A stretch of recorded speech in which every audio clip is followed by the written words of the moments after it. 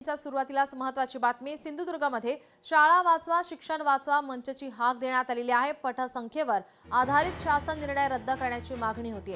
बंद पडणाऱ्या शाळा वाचवा याकडे लक्ष देण्यासाठी मोर्चा काढण्यात आलाय। नितेश राणे यांनी मोर्चाच्या स्थळी भेट दिली।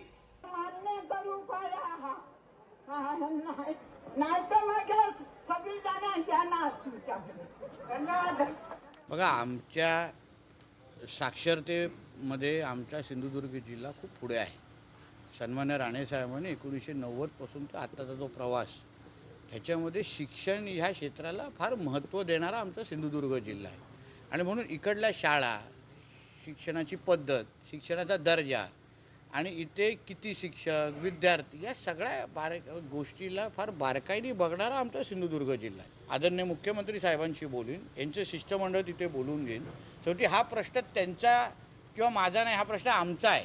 आमची मुलं आहेत ती, आणि म्हणून आमच्या मुलांना न्याय कसा देता येईल, आमच्या शिक्षकांना न्याय कसा देता येईल आणि आमच्या मुलांचं भविष्याला आकार कसा देता येईल, या दृष्टिकोनातून मी पावलं उचलणार। लोकशाही मराठी ऐका, पहा, जागरूक रहा।